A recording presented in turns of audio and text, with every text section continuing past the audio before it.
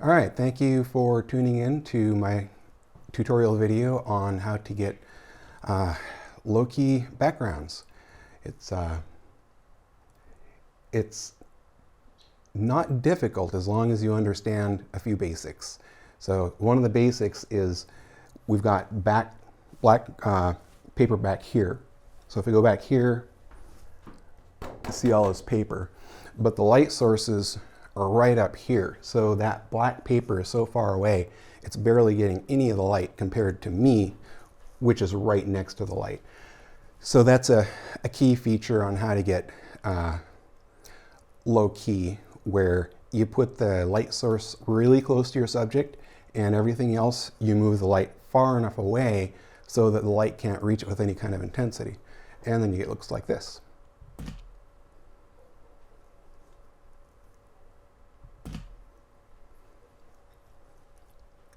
Now this is a look that's popular for models, actors, anyone who wants to have a kind of an air of mystery or excitement about them.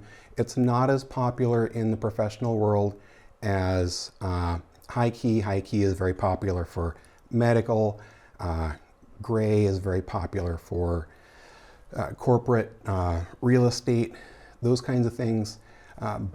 The reason black is difficult to use compared to the other two is it doesn't fit into the theme and the branding of most of the corporate websites, which are going to be bright and colorful. And this is cool looking,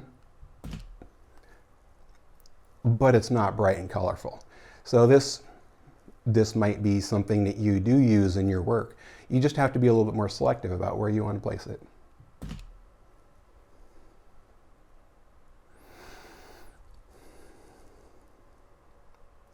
So I'm quite fond of this look. It does require a little bit more in the way of light, because I've got a pair of lights here adjacent to each arm. So one to the left, one to the right, and they converge in right here. So they come across my shoulders, sculpt the side of my head. And with those off, you can still see me pretty well, but I start looking flat. You don't see much of a curvature of the shoulders. I just kind of look like I'm sitting in an inkwell, which isn't the case. I'm clearly moving with no impediment. So it's a nice way to do this. It can also be useful in combinations if you're going to do something less in the commercial world, more for entertainment. You can use long shutter times and have some of the illumination come from spinning light sticks and other light wands, so that you have a somewhat short exposure. You get the freezing from the ultra fast strobes, but then there's a streak of light washing across. And of course that's also not popular for the corporate world. It's more going to be about actors, performers. It'd be great for performers if you're doing shows, juggling, things like that. You want to have the lights, you want to have the dazzle. So all of those things can be possible. My specializing in corporate headshots doesn't mean that I can't do those other things. The same equipment works for all of it.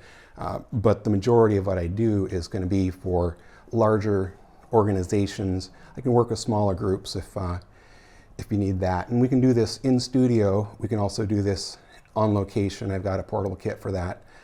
So go ahead and look me up on charlesturcott.com, and hope this video has been educational and worth your while, and I look forward to seeing and hearing from you soon. Thanks.